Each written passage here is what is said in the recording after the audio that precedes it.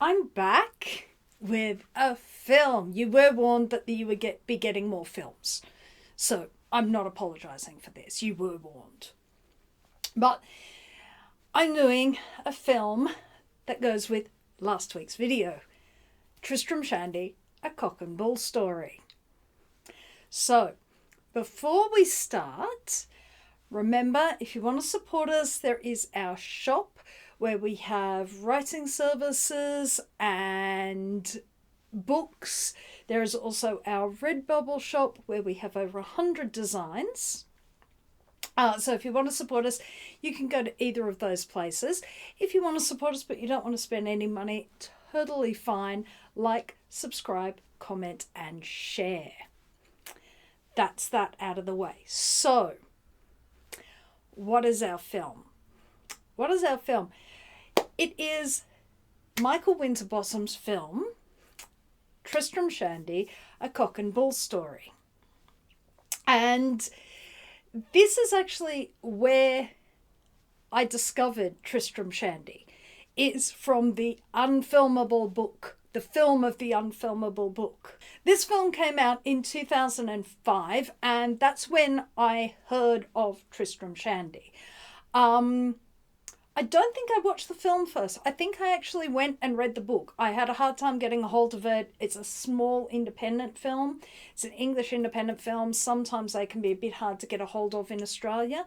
I think the first time I saw it, I hired it from the video store, which goes to show how old that film is. There were video stores. It wasn't all streaming and impossibility to get anything. You just went and borrowed them. So that's where I first encountered that film. It was not the first place that I encountered Michael Winterbottom. The first place that I encountered Michael Winterbottom was in his 1996 film Jude, which has Christopher Eccleston and Kate Winslet. And it is the most depressing, sad, bleak film you have ever seen. Not Michael Winterbottom's fault, source material's fault. Thomas Hardy. Thomas Hardy is brutal. And Jude the Obscure is a brutal story. It's not at all like tragedy where everyone's dead but there's a certain cathartic, elevating quality to it. No, this is just awful. And Jude is probably the most despairing film I've ever seen. It is good, though. You just really don't want to be in a bad mood for that one. Do not want to be in a bad mood for that one. So I think that was the first place that I encountered Michael Winterbottom. I didn't realise it was Michael Winterbottom. I also have seen Butterfly's Kiss, which I will bring because that is interesting. That's his first film. Jude was his second film. So, given that that's what I knew him from, it's like, okay, well, what is Tristram Shandy like? Tristram Shandy, I am pleased to say, is completely different in tone. Partly because of its two stars, Rob Brydon and Steve Coogan. Now, if you don't like Steve Coogan, and some people don't, you will not like this film. Because Steve Coogan is very big. Here's Tristram. Here's the actor playing Tristram. He's also Walter. Rob Brydon is playing Toby.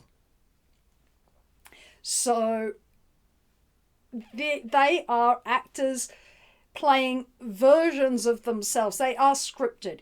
There is elements of this that is unscripted in terms of improvised. A lot of the back and forth between Steve Coogan and Rob Brydon.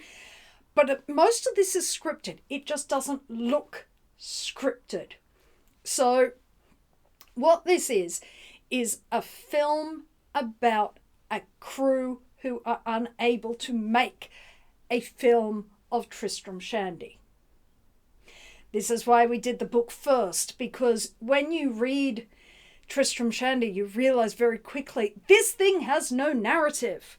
There are a few bits and pieces that would go into a film, like his birth and everything going around his birth. But what about the bits about Parson Yorick? What about the courting of the widow Wadman, which we aren't even 100% certain where that is in time, in Tristram's timeline.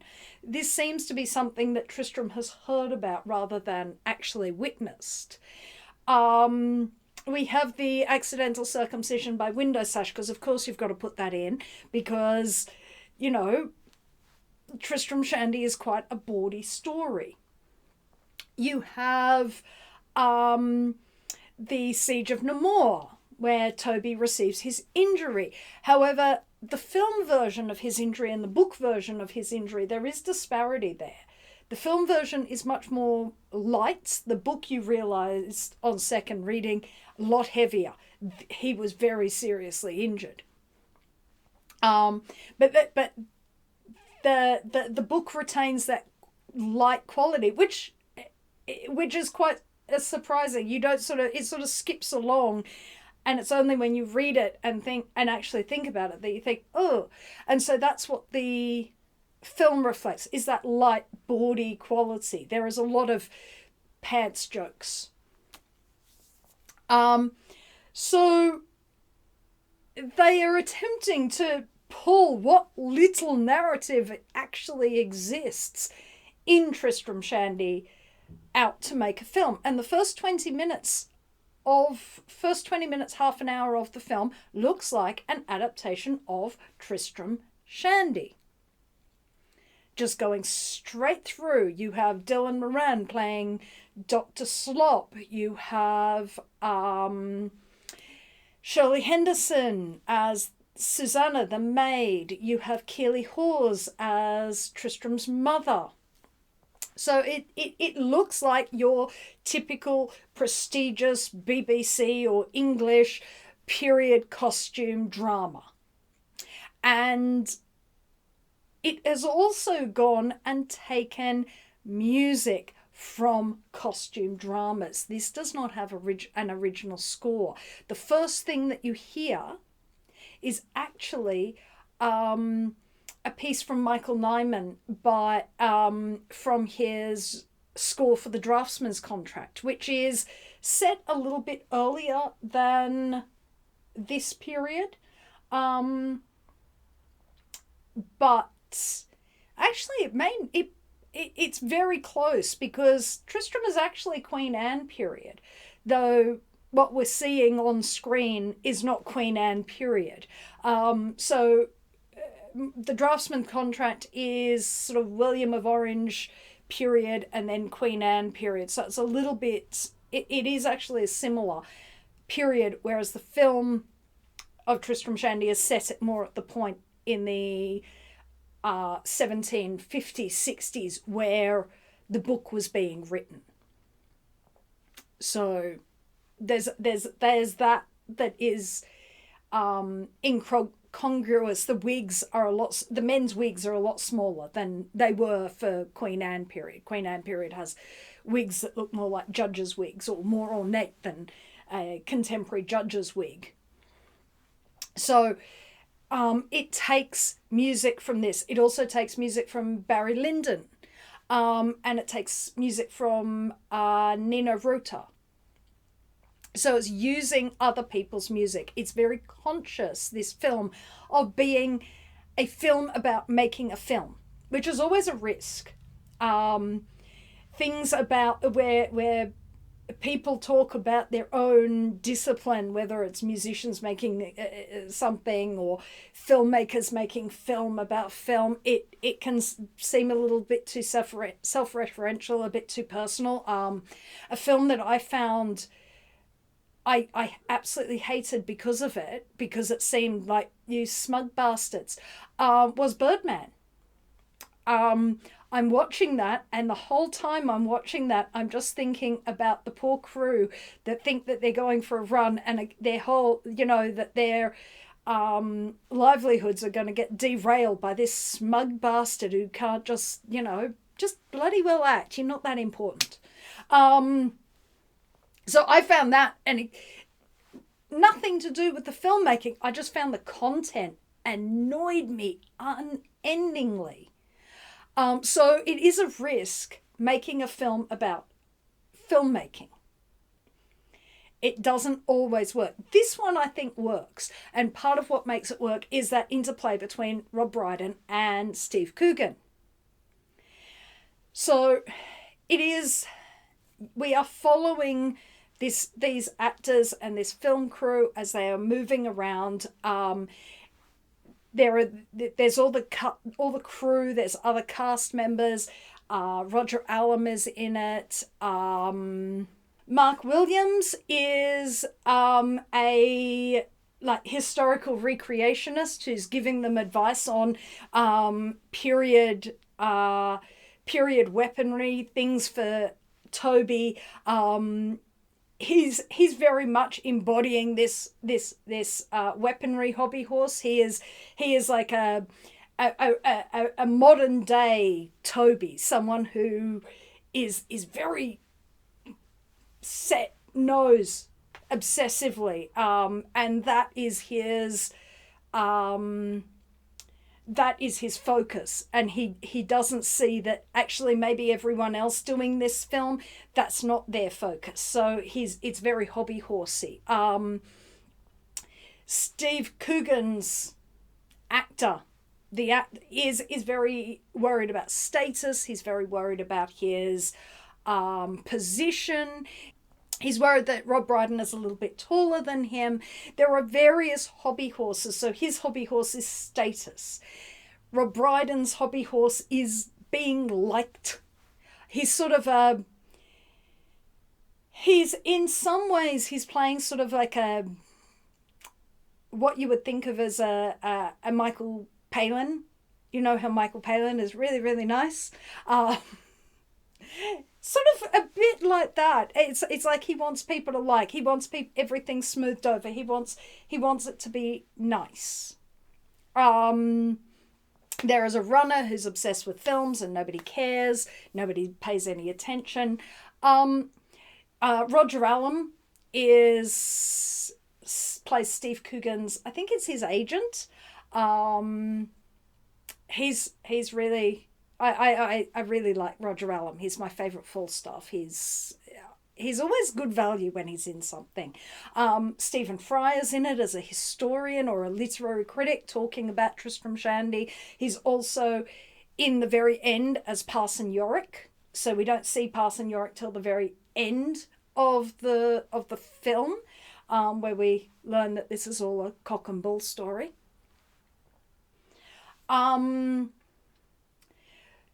So there are various different people. So you're very much aware that what you're watching is not a real film set. These are character actors, and they're very... Now, this could have been filled up with non-known faces. This could have absolutely been filled to the brim with unknowns. And then you would have had that verisimilitude. But Michael Winterbottom doesn't want this to be filmed with unknowns. Michael Winterbottom wants you to be conscious of the work of making a film, just as the book makes you conscious of the work of writing a book. And as Her Ladyship talked about last week, they're not very good at making a film. Just as Tristram is not very good at writing a book because he keeps getting sidelined and he keeps getting distracted and it becomes very diffuse. Well, in this film, the same thing is happening. It is becoming very diffuse. There are too many cooks, there is no single solitary driving vision. It is too much, this and that and the other and diversions and these things need to be taken into account and these people's egos need to be stroked and all of this, and this is there is an exhausting quality to it, an overwhelming quality to it, which you get from the book.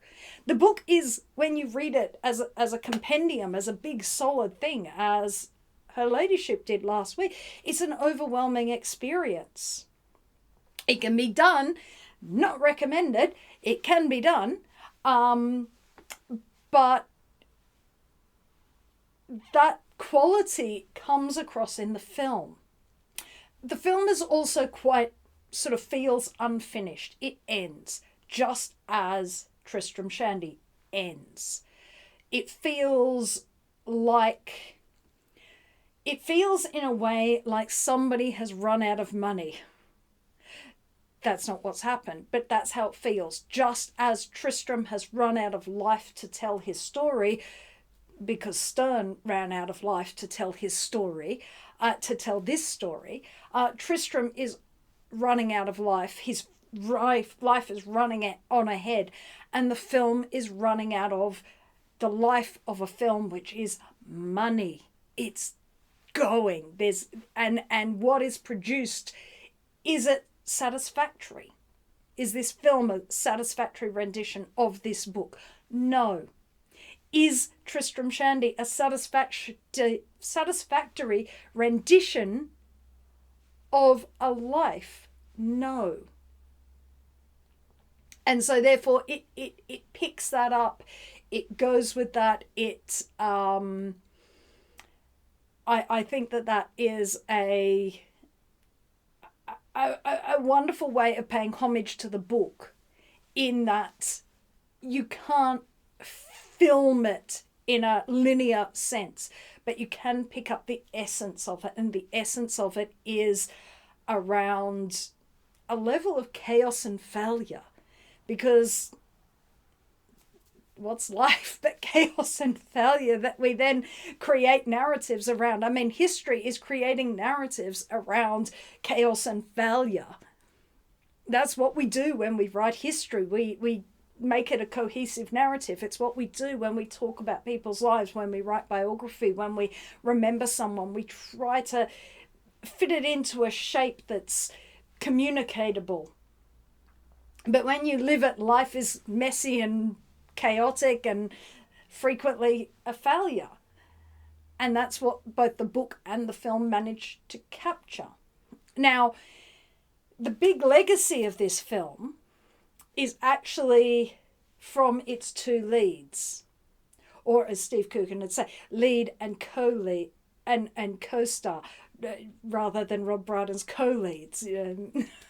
As they argue, really they are more or less co-leads, because the next project I think that came out of this, the project that came out of this was The Trip, which is Steve Coogan and Rob Brydon, immensely popular, travelling around and going to restaurants throughout Yorkshire and doing impressions at one another and talking, and I'm not going to do all the Trip films. And then that was so popular that then there was a trip to Italy, and then a trip to Spain, and a trip to Greece.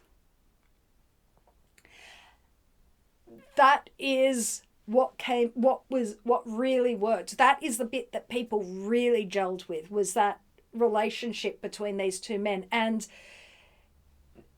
but all of those Trip films are versions of Rob Brydon and Steve Coogan. They're not real. They are fictionalized, improvised, workshopped versions of them. But it was that clicked with audiences. It's that they loved. And it's the same, in that same way, when you read Tristram Shandy, what you are left with is actually the relationship not between Tristram and his family, but between Walter and Toby. That is the most enduring relationship within that novel. Is this very warm, very enduring, very loving, slightly fractious at times, though in fact Toby is so mild, so gentle, so kind, that his brother, in spite of getting frustrated with him sometimes, frequently will apologize almost immediately. So it is this wonderful fraternal relationship where no matter what actually it might cause a conflict, that conflict is not going to be permanent or break it. And so what you get when you get to the end of Tristram Shandy, A Cock and Bull Story, is that friendship between the Rob Brydon and the Steve Coogan characters. And I think that actually works as a wonderful bit of homage to the novel as well. It is an unusual film. It is an incredibly unusual film. You cannot watch it as a substitute to reading the book. You actually have to do both. You have to read the book and watch the film if you want to experience both. You can't... the book doesn't substitute for the film doesn't substitute for the book. But it is definitely worth a look if you haven't seen it, and if you have gone to the bother of reading all 500 odd pages of Tristram Shandy plus notes, may as well spend another hour and a half in Tristram's world and watch Tristram Shandy, A Cock and Bull Story by Michael Winterbottom. And that is everything from me today. It's kind of a short one because it's just kind of a short one. I will be back with another film at another time whenever I am press ganged into it because other people are lazy. There, I said it. And until then, auf Wiedersehen.